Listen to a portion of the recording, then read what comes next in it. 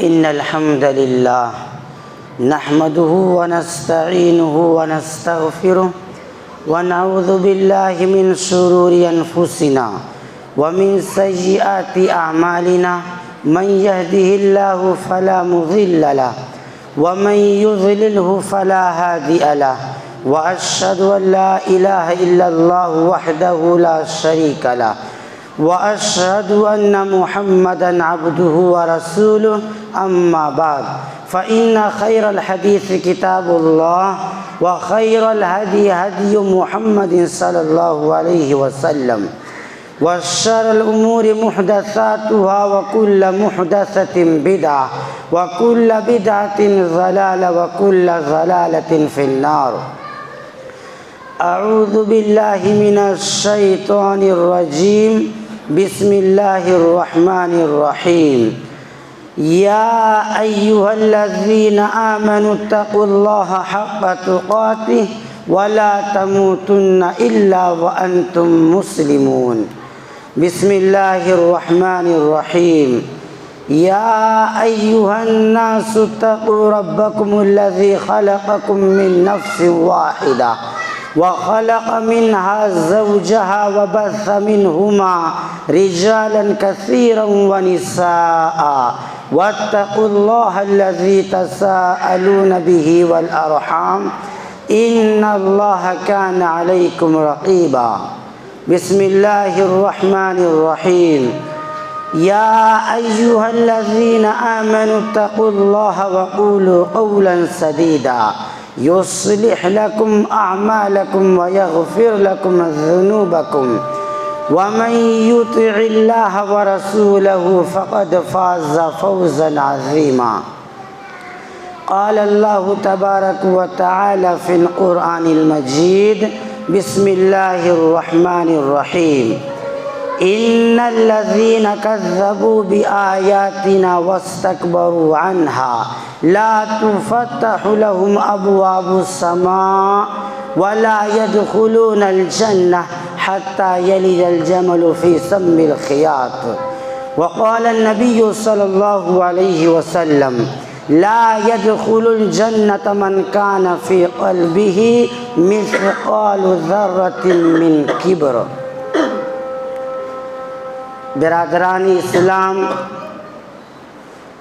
حاضرین جمعہ، پردہ نشین اسلامی خواتین، تمام قسم کی تعریف و توصیف، حمد و ثنا، عظمت و کبریائی اس اللہ وحدہ لا شریک کے لیے ہے جس نے ہم سب کو اس کائنات کے اندر پیدا کیا، اور بے شمار درود و سلام نازل ہو ہمارے رسول جناب محمد صلی اللہ علیہ وسلم پر۔ حاضرین جمعہ، آج کی اس مبارک خطبہ جمعہ کے اندر میرا موضوع سخن ہے تکبر قرآن و حدیث کی روشنی میں۔ لفظ تکبر کبر سے ہے اور اس کا معنی ہے بڑائی۔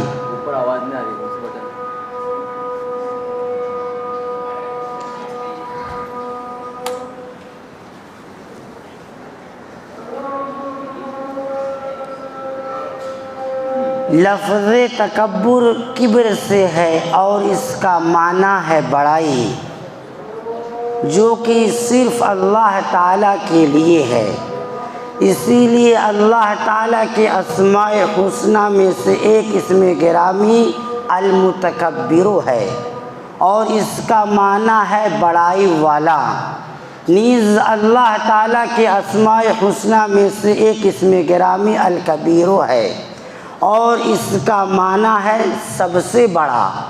اسی طرح اللہ تعالیٰ کے اسماء حسنی میں سے ایک اسم گرامی المتعال ہے اور اس کا معنی ہے بلند و بالا اور عالی شان والا۔ دیگر اسماء حسنی کی طرح ان اسماء مبارکہ میں بھی اس کا کوئی شریک نہیں، وہ اکیلا ہی ان کا مستحق ہے۔ اور ہر قسم کی کبریائی و بڑائی صرف اسی کے لیے خاص ہے، جیسا کہ اللہ تعالیٰ کا فرمان ہے وَلَهُ الْكِبْرِيَاءُ فِي السَّمَاوَاتِ وَالْأَرْضِ وَهُوَ الْعَزِيزُ الْحَكِيمُ۔ آسمان و زمین میں کبریائی و بڑائی اسی کے لیے ہے اور وہ زبردست اور حکمت والا ہے۔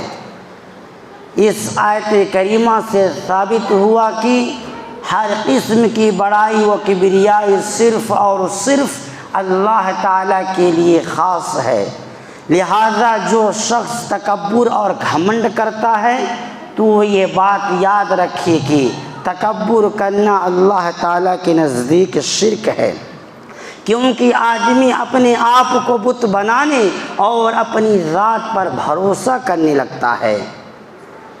آئیے اب تکبر کی تعریف حدیث رسول صلی اللہ علیہ وسلم کی روشنی میں سنتے ہیں۔ نبی اکرم صلی اللہ علیہ وسلم نے فرمایا الکبر بطر الحق وغمط الناس، کبر حق کو ٹھکرانے اور لوگوں کو حقیر سمجھنے کا نام ہے۔ اس حدیث مبارکہ سے معلوم ہوا کہ تکبر اس کو کہتے ہیں جو حق کو ٹھکرا دے اور لوگوں کو حقیر سمجھے۔ خلاصہ کلام یہ ہے کہ وہ وصف و کمال جس کے پائے جانے سے اپنے آپ کو بڑا جاننے لگے اور جس کے اندر یہ کمال نہیں پایا جاتا اسے حقیر و ذلیل سمجھنے کا نام تکبر ہے۔ تکبر بدبختی کی چابی ہے اور بدبختی کی ابتدا تکبر سے ہوتی ہے۔ اس کی سب سے بڑی دلیل ابلیس کی بدبختی کی ابتدا ہے، جس نے سب سے پہلے تکبر کیا اور اللہ تعالیٰ کا حکم ماننے سے انکار کیا اور بڑائی کے گمان میں مبتلا ہو کر حضرت آدم سے اپنے آپ کو بہتر سمجھنے لگا۔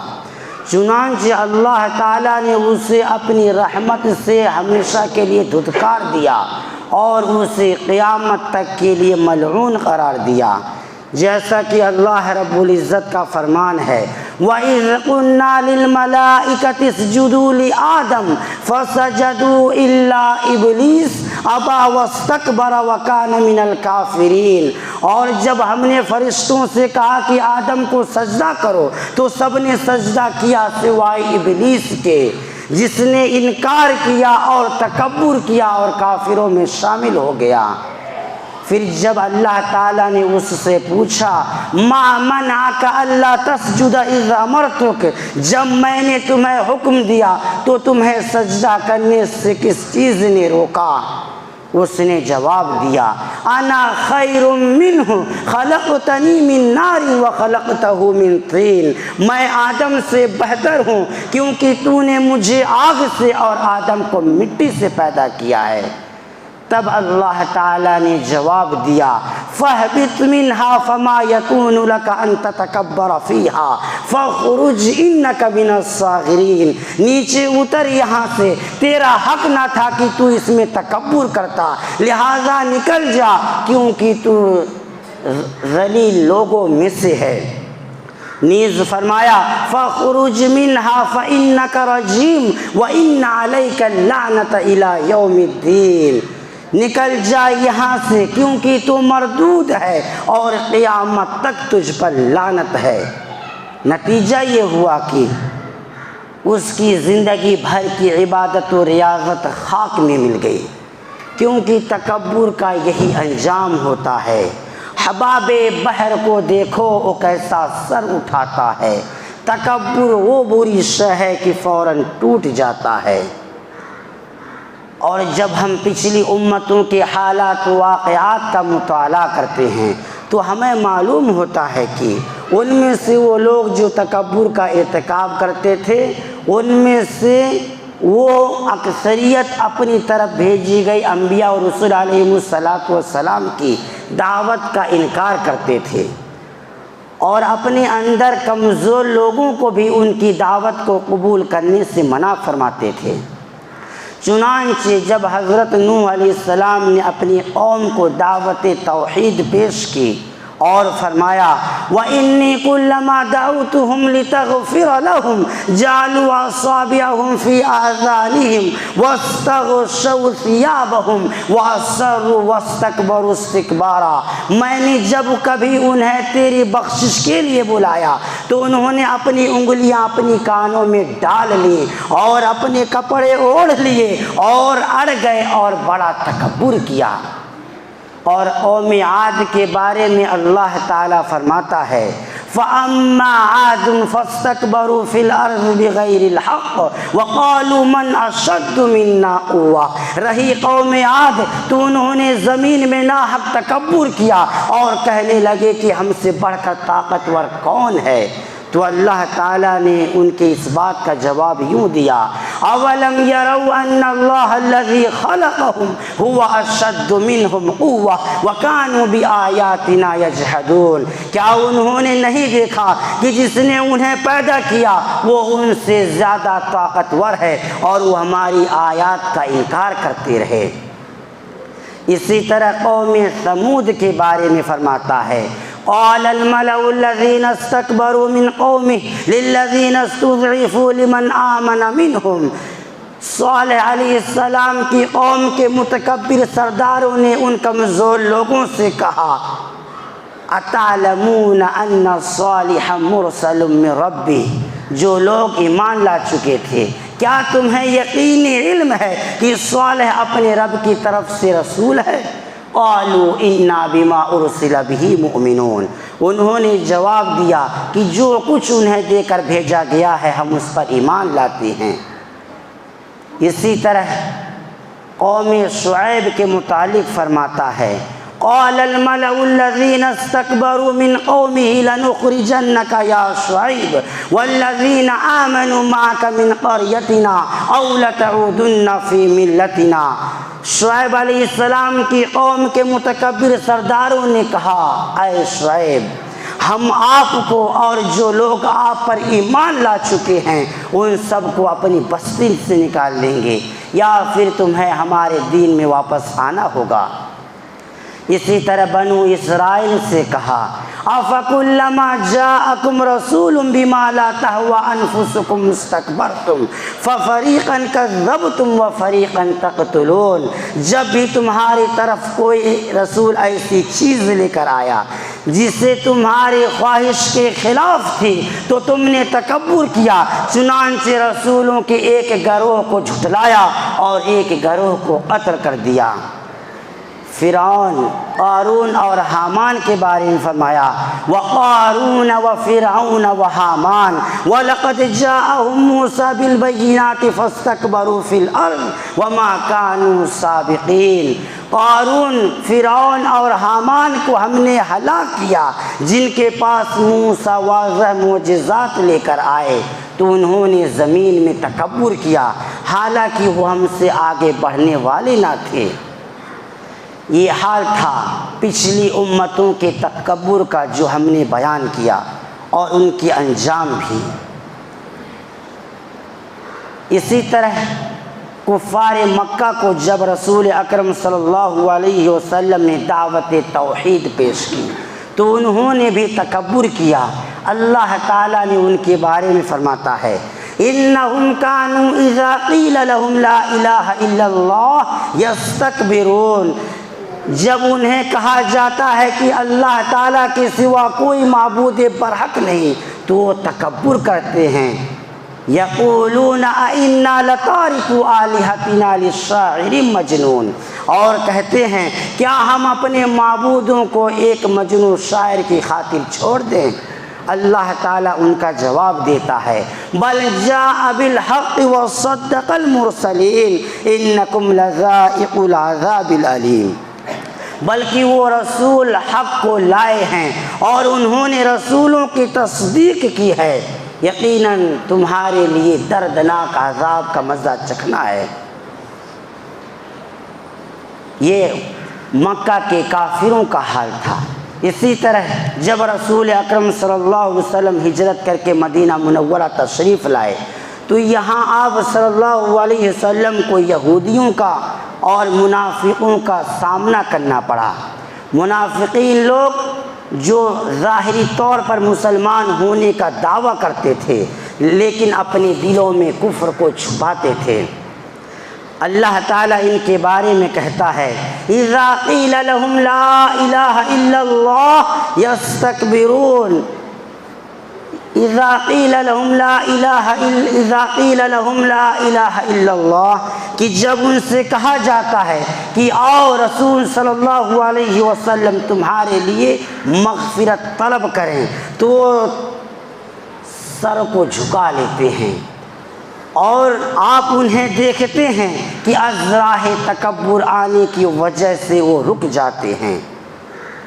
برادران اسلام، اب تک ہم نے جو گفتگو کی ہے اس سے ثابت ہوتا ہے کہ تکبر انتہائی سنگین جرم ہے جو سب سے پہلے ابلیس نے کی، پھر مختلف انبیاء علیہم السلام کی اقوام نے بھی تکبر کیا، حتیٰ کہ ہمارے پیارے نبی حضرت محمد صلی اللہ علیہ وسلم کے قوم کے لوگوں نے بھی اسی تکبر کا مظاہرہ کیا۔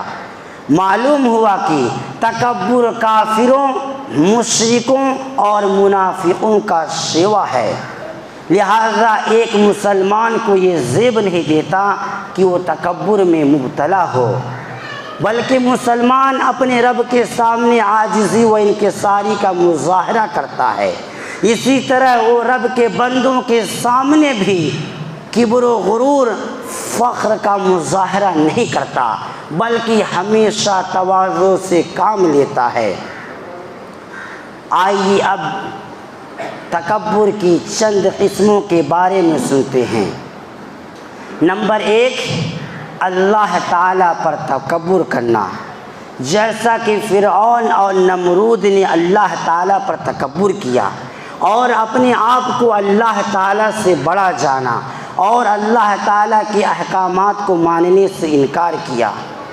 چنانچہ فرعون اپنی بادشاہت کی وجہ سے تکبر کیا اور اپنی قوم سے کہا کرتا تھا انا ربکم الاعلی، میں ہی تمہارا سب سے بڑا رب ہوں۔ اللہ تعالیٰ اس کے اور اس کے لشکر کے تکبر کے بارے میں کہتا ہے وَاسْتَكْبَرَ هُوَ وَجُنُودُهُ فِي الْأَرْضِ بِغَيْرِ الْحَقِّ وَظَنُّوا أَنَّهُمْ إِلَيْنَا لَا يُرْجَعُونَ۔ فرعون اور اس کے لشکر نے زمین میں ناحق تکبر کیا اور انہیں یقین ہو گیا تھا کہ وہ ہماری طرف لوٹائے نہیں جائیں گے۔ پھر اللہ تعالیٰ نے اس کے اور اس کے لشکر کے انجام کے بارے میں فرماتا ہے فَأَخَذْنَاهُ وَجُنُودَهُ فَنَبَذْنَاهُمْ فِي الْيَمِّ فَانظُرْ كَيْفَ كَانَ عَاقِبَةُ الظَّالِمِينَ۔ پس ہم نے فرعون اور اس کے لشکر کو پکڑا اور سمندر میں پھینک دیا، لہذا آپ دیکھ لیں کہ ظالموں کا انجام کیا ہوا۔ نمبر 2، رسول اللہ صلی اللہ علیہ وسلم پر تکبر کرنا، جیسا کہ کفار مکہ نے آپ صلی اللہ علیہ وسلم پر تکبر کیا اور اپنے آپ کو آپ سے بہتر تصور کیا۔ اس میں قابل فہرست ابو جہل اور ابو لہب وغیرہ ہیں، اور آپ صلی اللہ علیہ وسلم کی دعوت کو قبول نہ کیا۔ اس سلسلے میں ایک حدیث بیان کرتا ہوں جنہیں ہم اور آپ چھوٹی سنت سمجھ کر نظر انداز کرتے ہیں، اور باقی دیگر سنتوں پر قیاس کیجیے۔ حضرت سلمہ بن اکوع رضی اللہ تعالی عنہ فرماتے ہیں کہ ایک شخص رسول اللہ صلی اللہ علیہ وسلم کے پاس بائیں ہاتھ سے کھانا کھانے لگا۔ آپ صلی اللہ علیہ وسلم نے فرمایا قل بیمینک، دائیں ہاتھ سے کھانا کھاؤ۔ اس نے کہا لا استطیع، میں طاقت نہیں رکھتا۔ آپ صلی اللہ علیہ وسلم نے فرمایا لا استطعت، تو کبھی طاقت نہ رکھے، ما منعہ الا الکبر، اسے صرف تکبر نے ہی میری بات ماننے سے منع کیا۔ چنانچہ وہ اپنا دایاں ہاتھ اس کے بعد اپنے منہ کی طرف کبھی نہ اٹھا سکا۔ اللہ اکبر۔ آج ہمارا حال یہ ہے کہ ہم چھوٹی سے لے کر بڑی سنتوں تک رسول اکرم صلی اللہ علیہ وسلم کی مخالفت کرتے ہیں اور آپ صلی اللہ علیہ وسلم کی سنتوں کو نظر انداز کر دیتے ہیں، ٹھوکر مار دیتے ہیں، تو بھلا بتلائیے کیا ہم اس دنیا میں کامیاب ہو سکیں گے؟ ہرگز نہیں۔ نمبر 3، اللہ کے بندوں پر تکبر کرنا، اپنے آپ کو لوگوں سے بہتر تصور کرتے ہوئے اور انہیں حقیر سمجھتے ہوئے اللہ تعالیٰ کے بندوں پر تکبر کرنا۔ اسی لیے اللہ تعالیٰ نے دوسروں کا مذاق اڑانے اور انہیں برے لقبوں کے ساتھ پکارنے سے منع فرمایا ہے۔ ارشاد باری تعالیٰ ہے، یا ایھا الذین آمنوا لا یسخر قوم من قوم عسى ان یکونوا خیرا منہم، اے ایمان والو کوئی قوم کسی قوم کا مذاق نہ اڑائے، ممکن ہے کہ وہ لوگ ان سے بہتر ہوں۔ ولا نساء من نساء عسى ان یکن خیرا منہن، اور نہ عورتوں کا مذاق اڑائیں، ممکن ہے کہ وہ ان سے اچھی ہوں۔ ولا تلمزوا انفسکم ولا تنابزوا بالالقاب، اور ایک دوسرے کو عیب نہ لگاؤ اور نہ ایک دوسرے کا برا لقب رکھو۔ اور نبی اکرم صلی اللہ علیہ وسلم نے ارشاد فرمایا، المسلم اخو المسلم لا یظلمہ ولا یخذلہ ولا یحقرہ، مسلمان کا بھائی ہے، وہ اس پر ظلم نہیں کرتا، وہ اسے حقیر نہیں سمجھتا اور نہ ہی وہ اسے رسوا کرتا ہے۔ نمبر 4، قرآن و حدیث پر تکبر کرنا۔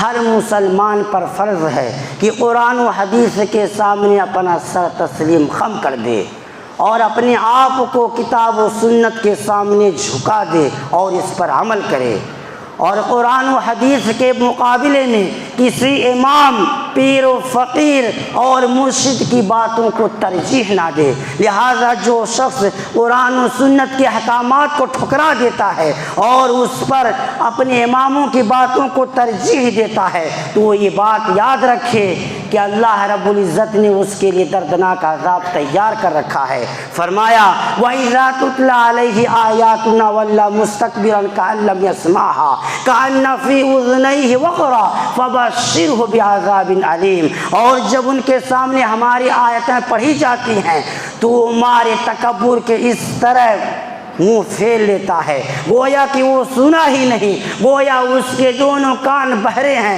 لہذا آپ انہیں دردناک عذاب کی خوشخبری دے دیجئے۔ اسی طرح فرمایا، ان الذین کذبوا بآیاتنا واستکبروا عنها لا تفتح لهم ابواب السماء ولا يدخلون الجنة حتى یلج الجمل فی سم الخیاط۔ اور جو لوگ ہماری آیتوں کو جھٹلاتے ہیں اور ان سے تکبر کرتے ہیں ان کے لیے آسمان کے دروازے نہیں کھولے جائیں گے اور وہ جنت میں داخل نہیں ہوں گے حتیٰ کہ اونٹ سوئی کے ناکے میں داخل ہو جائے۔ کذالک نجزی المجرمین، اسی طرح ہم مجرموں کو سزا دیتے ہیں۔ یہ تھی تکبر کی چند قسمیں جو ہم نے بیان کیا۔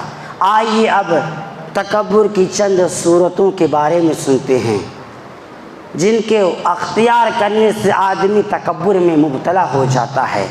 نمبر 1، اکڑ کر چلنا، زمین پر اکڑ کر چلنا اور فخر و غرور کا مظاہرہ کرنا تکبر ہے۔ اللہ تعالیٰ نے اس سے منع فرمایا ہے اور کہا، وَلَا تُصَعِّرْ خَدَّكَ لِلنَّاسِ وَلَا تَمْشِ فِي الْأَرْضِ مَرَحًا إِنَّ اللَّهَ لَا يُحِبُّ كُلَّ مُخْتَالٍ فَخُورٍ۔ اور لوگوں کو حقیر سمجھتے ہوئے اور اپنے آپ کو بڑا تصور کرتے ہوئے ان سے منہ نہ موڑو اور زمین پر اکڑ کر مت چلو، بے شک اللہ تعالیٰ تکبر کرنے والے اور فخر کرنے والے شخص کو پسند نہیں فرماتا۔ اور دوسری جگہ کہا، وَلَا تَمْشِ فِي الْأَرْضِ مَرَحًا إِنَّكَ لَن تَخْرِقَ الْأَرْضَ وَلَن تَبْلُغَ الْجِبَالَ طُولًا۔ اور تو زمین پر اکڑ کر نہ چل، نہ تو زمین کو پھاڑ سکتا ہے اور نہ لمبائی میں پہاڑ کو پہنچ سکتا ہے۔ اترا کر اور اکڑ کر چلنا اللہ تعالیٰ کو سخت ناپسند ہے۔ قارون کو اسی وجہ سے اس کے گھر اور خزانوں سمیت زمین میں دھسا دیا گیا۔ حدیث میں آتا ہے کہ ایک شخص عمدہ کپڑے پہنے ہوئے اکڑ کر چل رہا تھا، اسی دوران اللہ تعالیٰ نے اسے زمین میں دھسا دیا اور وہ قیامت تک دھستا چلا جائے گا۔ نمبر 2، ازار ٹخنوں سے نیچے لٹکانا۔ ٹخنوں سے نیچے ازار لٹکانے کے بارے میں 2 طرح کی احادیث ہیں۔ ایک حدیث کے الفاظ یہ ہیں: جس نے تکبر کی وجہ سے اپنا ازار ٹخنوں سے نیچے لٹکایا، قیامت کے روز اللہ تعالیٰ اس پر نظر کرم نہیں فرمائے گا۔ دوسری حدیث کے الفاظ یہ ہیں: ٹخنوں سے نیچے لٹکا ہوا کپڑا آگ میں ہے، جہنم میں ہے۔ دونوں مضامین کی احادیث مختلف راویوں سے احادیث کی مختلف کتابوں میں موجود ہیں، جن سے اکثریت یہ سمجھتی ہے کہ جو شخص تکبر کی وجہ سے اپنا ازار یا شلوار نیچی کرے اس کے لیے یہ سزا ہے، لیکن جو شخص تکبر کے بغیر اپنا ازار یا شلوار نیچی کرے اس کے لیے یہ سزا نہیں ہے۔ اور اس کی مزید تائید حضرت ابو بکر صدیق رضی اللہ تعالیٰ عنہ کے واقعات سے حاصل کی جاتی ہے، جس میں وہ عرض کرتے ہیں: میرے ازار کا ایک حصہ بلا ارادہ نیچے لٹک جاتا ہے، الا یہ کہ میں ہر وقت اس کی طرف دھیان رکھوں۔ آپ صلی اللہ علیہ وسلم نے فرمایا: تم ان میں سے نہیں ہو جو تکبر کی وجہ سے اپنا ازار نیچے لٹکاتے ہیں۔ بظاہر اس حدیث سے اس موقف کی تائید ہوتی ہے، اور پھر اکثر لوگ اپنے بارے میں خود ہی یہ فیصلہ کر لیتے ہیں کہ ہمارے اندر تکبر نہیں، اس لیے ہم ازار یا شلوار نیچے کر سکتے ہیں۔ ہمارے انداز فکر میں یہ رائے ناقص اور ادھورا ہے، کیونکہ اپنے بارے میں از خود یہ فیصلہ کر لینا کہ ہمارے اندر تکبر نہیں، شیطان کا بہت بڑا فریب اور دھوکہ ہے۔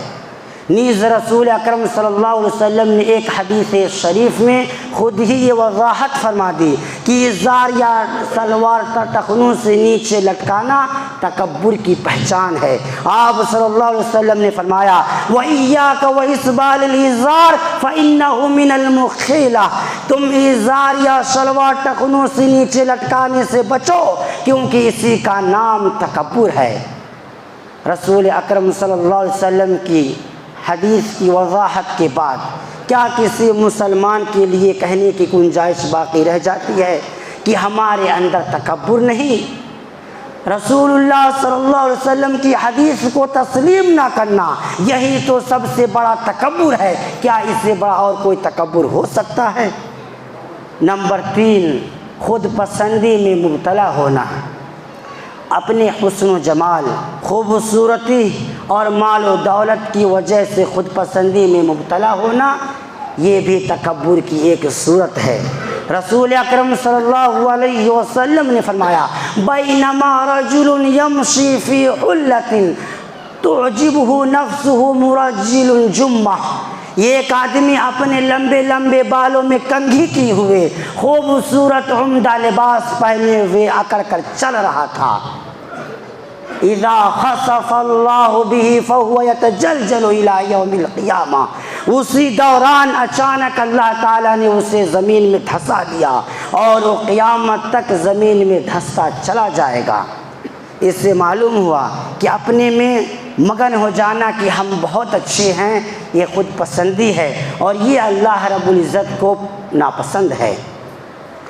نمبر 4، یہ پسند کرنا کہ دیکھ کر لوگ اس کے لیے کھڑے ہو جائیں، یہ بھی تکبر کی ایک علامت ہے۔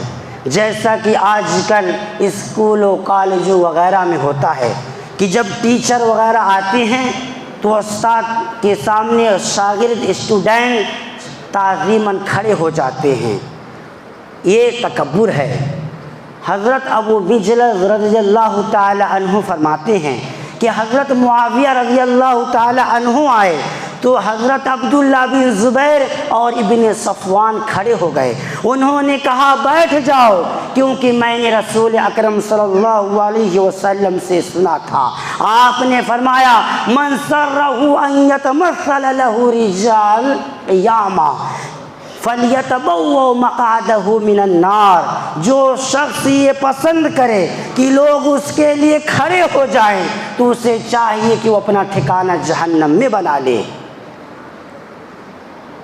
برادران اسلام، حاضرین جمعہ، ہم نے تکبر کی چند قسمیں اور چند صورتیں بیان کی ہیں، مگر افسوس تو اس بات پر ہے کہ آج ہمارے سماج و معاشرہ کے اندر تکبر بہت تیزی سے پھیل رہی ہے۔ چنانچہ بعض لوگ رنگ و نسل اور خاندان کی وجہ سے تکبر کرتے ہیں، بعض لوگ حسب و نسب کی وجہ سے تکبر کرتے ہیں، بعض لوگ جاہ و منصب اور اعلیٰ عہدہ کی وجہ سے تکبر کرتے ہیں، بعض لوگ اپنی قوت و طاقت کی وجہ سے تکبر کرتے ہیں، بعض لوگ ذہانت اور فطانت کی وجہ سے تکبر کرتے ہیں، اور بعض لوگ اعلیٰ ڈگری کی وجہ سے تکبر کرتے ہیں۔ اور مسلم سماج میں عام طور پر یہ برائی بہت زیادہ پائی جاتی ہے کہ جس کو اللہ رب العزت مال و دولت سے نوازتا ہے وہ گھمنڈی بن جاتا ہے، اور جسے اس سے محروم کر دیتا ہے وہ حسد میں مبتلا ہو جاتا ہے۔ حالی مرحوم نے کیا خوب ہی نقشہ کھینچا ہے، جنہیں 4 پیسے کی مقدور ہے یہاں، سمجھتے نہیں ہیں وہ انسان کو انسان، مخالف نہیں جن کے ایام دورہ، نہیں دیکھ سکتے کسی کو وہ شاداں، نشہ میں تکبر کے ہے چور کوئی، مرض میں حسد کے ہے رنجور کوئی۔ اللہ تعالی نے یہ دنیا عجیب و غریب انداز کی بنائی ہے، یہاں کسی کو اتنا نوازا ہے، اتنا مال و دولت دیا ہے کہ اس کے لیے اسے سنبھالنا مشکل ہو رہا ہے، اور کوئی 2 وقت کی روٹیوں کا محتاج رہتا ہے۔ ایسا کیوں ہے؟ اس کی حکمت صرف اللہ تعالیٰ ہی کو معلوم ہے۔ جب آدمی کبر و غرور میں مبتلا ہو جاتا ہے تو آنکھ ہونے کے باوجود سچائی کو دیکھ نہیں سکتا، اور کان ہونے کے باوجود صداقت کی آواز کو سن نہیں سکتا، اور دل و دماغ ہونے کے باوجود حق کی حقانیت کو محسوس نہیں کر پاتا۔ اگر آدمی اپنے حال پر سوچے تو کبھی تکبر نہ کرے۔ انسان ایک حقیر پانی سے پیدا ہوا ہے، جو پیشاب کی جگہ سے پیشاب کی جگہ میں داخل ہوا اور پھر پیشاب کی جگہ سے باہر آیا۔ ایسے کے لیے تکبر و بڑائی لائق نہیں۔ وہ ایسی ہواؤں میں گھرا ہوا ہے جو کسی بھی وقت طوفان کی صورت اختیار کر کے اس کی زندگی کو تہس و نہس کر سکتی ہے۔ وہ ایسی زمین پر کھڑا ہے جو کسی بھی لمحہ زلزلہ کی صورت اختیار کر کے پھٹ سکتی ہے۔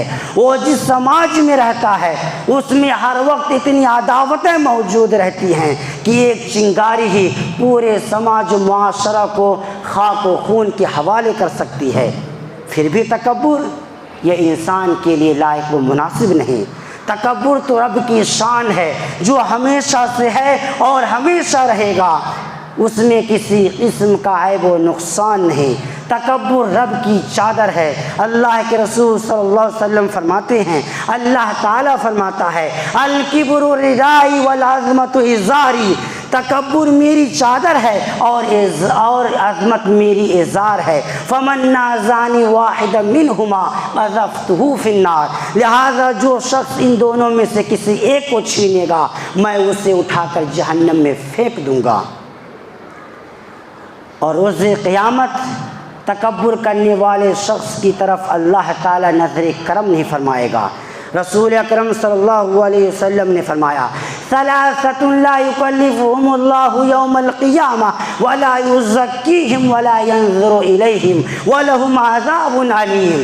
3 قسم کے لوگ ایسے ہوں گے جنہیں اللہ رب العزت قیامت کے دن ان سے بات چیت نہیں کرے گا، نہ ان کی طرف نظر کرم فرمائے گا اور نہ ہی انہیں پاک و صاف کرے گا، اور ان کے لیے دردناک عذاب ہوگا۔ شیخ زانی، بوڑھا جانی، وملک کذاب، جھوٹا بادشاہ، وعال مستکبر، اور متکبر فقیر۔ مالدار اگر تکبر کرتا ہے تو سمجھ میں آتی ہے کہ وہ اپنے مال کی وجہ سے تکبر کر رہا ہے۔ لیکن اگر یہ فقیر تکبر کرے تو یہ اللہ کو پسند نہیں۔ اسی طرح تکبر کرنے والے شخص کو قیامت کے روز ہر طرح کی ذلت و رسوائی کا سامنا کرنا پڑے گا۔ رسول اکرم صلی اللہ علیہ وسلم نے فرمایا یحشر المتکبرون یوم القیامہ امثال الذر فی صور الرجال، تکبر کرنے والے کو قیامت کے دن اس حال میں اکٹھا کیا جائے گا کہ ان کی شکل انسان کی طرح ہوں گی لیکن وہ جسم کے لحاظ سے چونٹیوں کی طرح ہوں گے۔ یغشاہم الذل من کل مکان، انہیں ہر طرف سے ذلت و رسوائی گھیر رہی ہوگی۔ فیساقون الی سجن فی جہنم یسمی بولس، اور انہیں جہنم کی ایک جیل خانے میں ہانک کر لے جایا جائے گا جس کا نام بولس ہے۔ تعلوہم نار الانیار، جہاں ایسی شدید آگ ہوگی کہ ان پر غالب آ رہی ہوگی اور وہ خود آگ کو جلانے والی ہوں گی۔ یسقون من عصارۃ اہل النار طینۃ الخبال، اور تکبر کرنے والوں کو جہنمیوں کے جسم سے نکلنے والے خون اور پیپ کو پلایا جائے گا۔ اور جو شخص تکبر کرتا ہے وہ جنت میں داخل نہیں ہو سکے گا۔ رسول اکرم صلی اللہ علیہ وسلم فرماتے ہیں لا يدخل من كان في قلبه مثقال ذرہ، کہ جس شخص کے اندر ایک ذرے کے برابر بھی تکبر ہوگا وہ جنت میں داخل نہیں ہوگا۔ ذرہ کہتے ہیں چھوٹی سی چیونٹی کو، اور بعض کے نزدیک سورج کی شعاؤں میں چمکنے والے ذرے کو بھی ذرہ کہتے ہیں۔ جس کے اندر یہ تکبر ہوگا اور اس نے اللہ رب العزت پر ایمان نہیں لایا تو اس کے بارے میں یقین کر لیجئے کہ اس کا ٹھکانہ جہنم ہے۔ لیکن جس کا کبر اس وجہ سے ہوگا کہ اپنے مال و دولت، حسن و جمال، جاہ و منصب کی وجہ سے تکبر کرتا ہے تو وہ شروع میں جنت میں داخل نہیں ہوگا لیکن سزا بھگتنے کے بعد جنت میں داخل ہو سکے گا۔ اور رسول اکرم صلی اللہ علیہ وسلم نے فرمایا الا اخبرکم باہل النار، کیا میں تمہیں جہنمیوں کے بارے میں خبر نہ دوں؟ کل عتل جواز مستکبر، ہر سرکش، بخیل اور متکبر جہنم میں ہے۔ اور رسول اکرم صلی اللہ علیہ وسلم کی ایک حدیث پڑھ کر میں اپنی بات کو ختم کرتا ہوں۔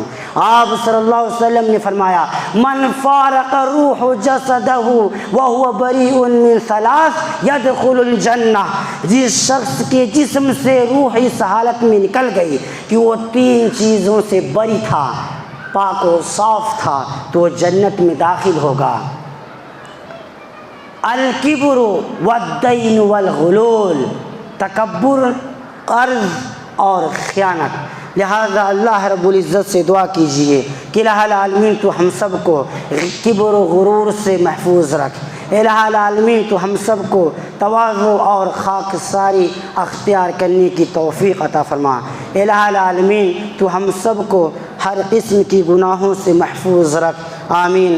بارک اللہ ولنا ولکم فی القرآن المجید ونفعنا وإیاکم بالآیات والذکر الحکیم، انہ تعالی جواد کریم ولکم رؤوف رحیم۔